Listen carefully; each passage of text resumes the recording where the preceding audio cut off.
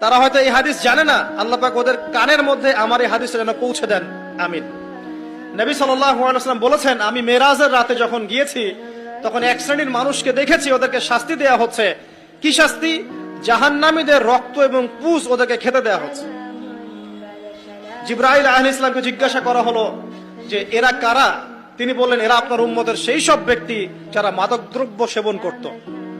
আল্লাহ রাব্বুল আলামিন তার হাবিবের মাধ্যমে জানিয়েছেন, যখন কোন মুসলিম মাদক সেবন করে বা কোনো ব্যক্তি মাদক সেবন করে তখন 40 দিন তার নামাজ কবুল হয় না। এরপর যদি সে তওবা করে তাহলে আল্লাহ পাক তার তওবা কবুল করবেন ইনশাআল্লাহ। যদি সে আবারও মাদক খায় তওবা করার পর, আবার 40 দিন তার নামাজ কবুল হবে না। যদি সে আবার তওবা করে আল্লাহ পাক আবার তাকে মাফ করে দিবেন।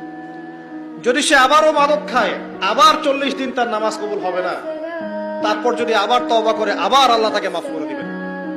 এরপরেও যদি সে আবার মাদক দ্রব্য সেবন করে, নবী সাল্লাল্লাহু আলাইহি ওয়াসাল্লাম বলছেন তাকে আল্লাহ রাব্বুল আলামিন পরকালে মৃত্যুর পরে তিনাতুল খাবাল পান করাবেন। তিনাতুল খাবাল। জিজ্ঞাসা করা হলো, ইয়া রাসূলুল্লাহ, তিনাতুল খাবাল কি জিনিস? নবী সাল্লাল্লাহু আলাইহি ওয়াসাল্লাম উত্তর দিচ্ছেন, এটা হচ্ছে জাহান্নামীদের রক্ত, মাংস, এগুলো পুড়ে পচে যে রসটা বের হবে, এটা হচ্ছে তিনাতুল খাবাল।